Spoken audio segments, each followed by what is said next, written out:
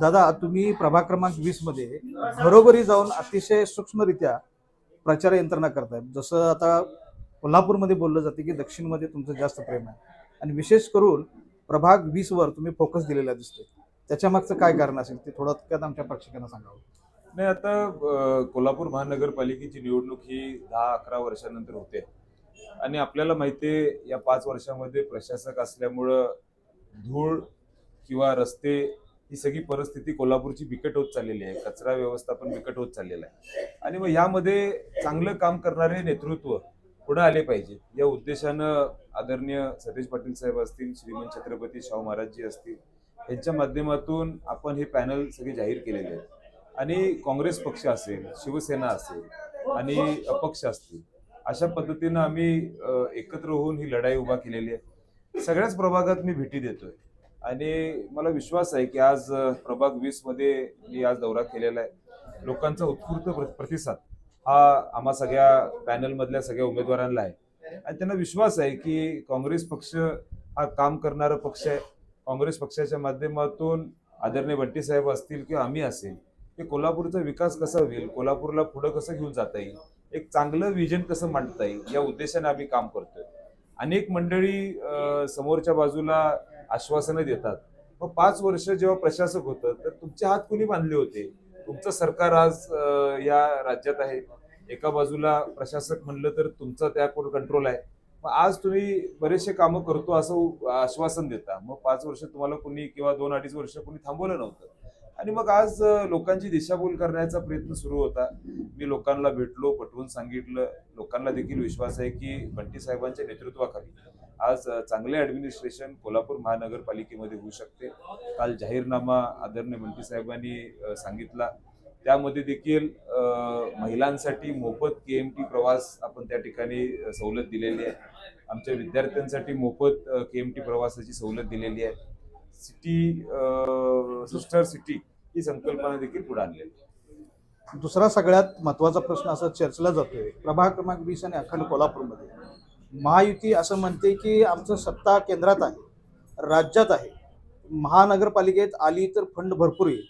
मग त्याला उत्तर देताना किंवा प्रतिक्रिया देताना जर का तुमची सत्ता महानगरपालिकेत आली तर तुम्ही फंड कसा आणणार? नाही, मला वाटते ते दिशाभूल करण्याचा प्रयत्न करतात. आज आपल्या कोल्हापूर असेल किंवा तुम्ही जर राज्याचा विचार केला तर राज्यामध्ये जेव्हा शिवसेना आमच्याबरोबर नव्हती तेव्हा मुंबईमध्ये शिवसेना सत्तेत असताना त्यांनी देखील त्यांची कामं केलेली आहेत. त्यामुळं अशा अनेक महानगरपालिका आहेत जिथं केंद्रात राज्यात सत्ता वेगळी असताना महानगरपालिकेत सत्ता त्यांच्या विरोधात असली तरी कामं करणं हे शक्य असतं.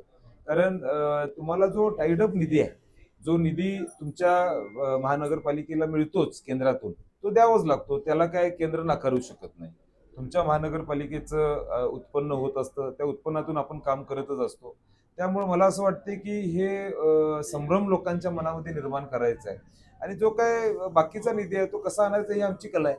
त्यामुळे त्यांनी त्याची काळजी करू नये. आपल्या कोल्हापूरला पुढे घेऊन जाण्याची धमक ही आदरणीय बंटी साहेबांच्याकडे आहे, काँग्रेस पक्षाकडे आहे. त्यामुळे आम्ही खूप चांगल्या पद्धतीनं फायनान्शियली महानगरपालिके अजून स्ट्रेंथन कशी करता येईल ह्याचं प्लॅनिंग केलेलं आहे.